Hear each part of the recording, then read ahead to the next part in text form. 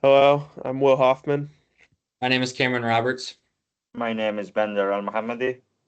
My name is Rishabh Shah.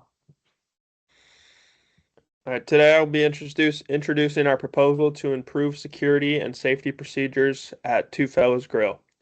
Purpose of this memo is to present our group's proposal to strengthen the overall safety and security of Two Fellas Grill, specifically during the late night hours. This comes after a recent shooting on September 20th, where five were wounded, none were dead, but some scary stuff. It was late night hours, and obviously this is mostly due to the location of Two Fellas. It's very party central. There's a lot of parties that go on around. Kids are intoxicated, and also is open to very late night hours, which doesn't help. Two Fellas has built a strong reputation in the Kalamazoo community for its food and service, but the late night environment introduces increased potential for violence, disorderly conduct, and unpredictable customer behavior, as you can see with the recent shooting. To address this, our group recommends modifying operations in a way that preserves business revenue while prioritizing safety. Specifically, we propose closing the indoor dining area at midnight while keeping the drive-through open until 4 a.m. This approach reduces the risks associated with late night indoor gathering, but maintains service availability for customers who rely on Two Fellas Grill during these overnight hours. Limiting access to indoor spaces significantly decreases opportunities for altercations, loitering, and escalation, while the drive-through structure allows for a controlled, safer interaction between customers and staff. The rest of my group will go into further detail of these, but our recommendations for Two Fellas include drive-through only hours, targeted policing, training for employees, a mobile app, technological measures, and on-site security personnel. Okay, so I will take over with this graph over here. So this graph indicates the crime rates according to the timeline in Kalamazoo. So over you could see there's not much crimes during the daytimes, but as soon as it hits 12 a.m., the graph spikes and the crime rates, and then it also declines towards when we are moving towards in the morning. And in Kalamazoo, there were 44,430 violent crimes recorded back in 2024, and most of them took place around 12 a.m. to 4 a.m. And there are many violent crimes, and the major issue in that crimes were shooting after parties. The main reason for the shooting after parties is the social gathering which takes place after in a restaurant after a party, and this also increased the risk of the, any two individuals getting into a fight and resulting in a gunfight. The city and local crime rates have also been increasing more towards the nights in other cities in Michigan. And I think it's also because of two fellas opening their shop from 12 after 12 till 4, and also like allowing the students or people to have food inside the restaurant in late night. So after the shooting, two fellows took major action towards the local shop. So they increased their head price security um, to and they reduced the business hours. They reduced it from 4 a.m. till 3 a.m. But I think it's still too much because the crime rates take place around 12 a.m. to 4 a.m. So it should be closed before 12 to avoid any risk. They coordinated with the police. There were many recorded police patrol cars near Two Fellows after the crime incident, and they also gave many public statements, but it was not that much viral, because of course it would affect the local image as well. So I would like to hand over Cameron the cost and timeline to implicate our actions into plan.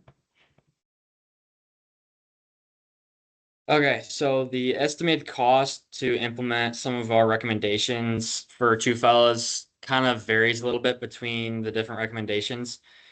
But for like increased security and cameras, we're estimating that the cost could range anywhere from $1,500 to $8,000 and above. It just kind of varies a little bit because there's so many different things you can get for this.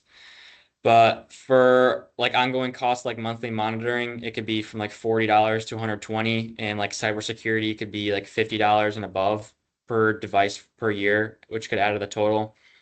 But again, it just varies a lot depending on, what the company wants to do. And then the timeline, it would take two fellows roughly 3 to 5 months to implement these security precautions if they do go ahead with adding security measures.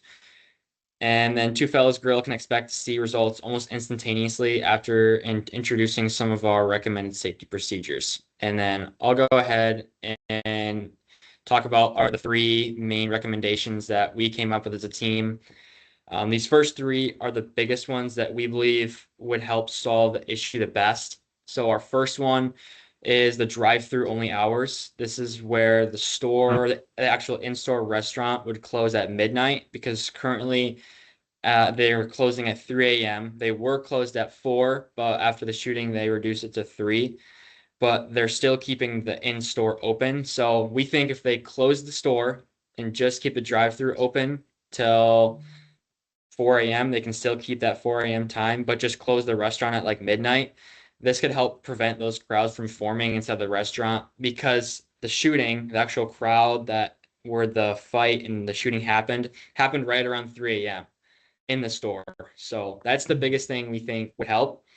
And then the second thing is targeted policing, which law enforcement can strategically increase patrols in this area identified as high risk, especially during late night hours.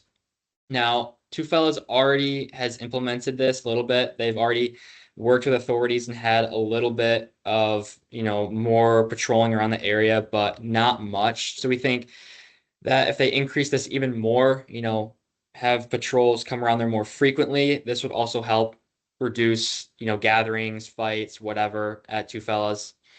And then the third biggest thing is training for employees. So restaurant late night venue staff can be trained in effective conflict de-escalation techniques to intervene safely before arguments turn violent. This can be, training the employees to, see that there's crowds gathering and contact law enforcement before anything actually happens. And so these are kind of the three biggest things that we think would help solve the whole issue of, de-escalating crowds and shootings and just increasing safety overall. Yeah, for me, I'm gonna introduce the last three recommendation to avoid any dangerous. So the fourth one, mobile app. Customers can access the mobile app to replace order and pick up without waiting inside the restaurant. It also makes the service faster, and especially during the busy late night hours. The fifth one, technological measures.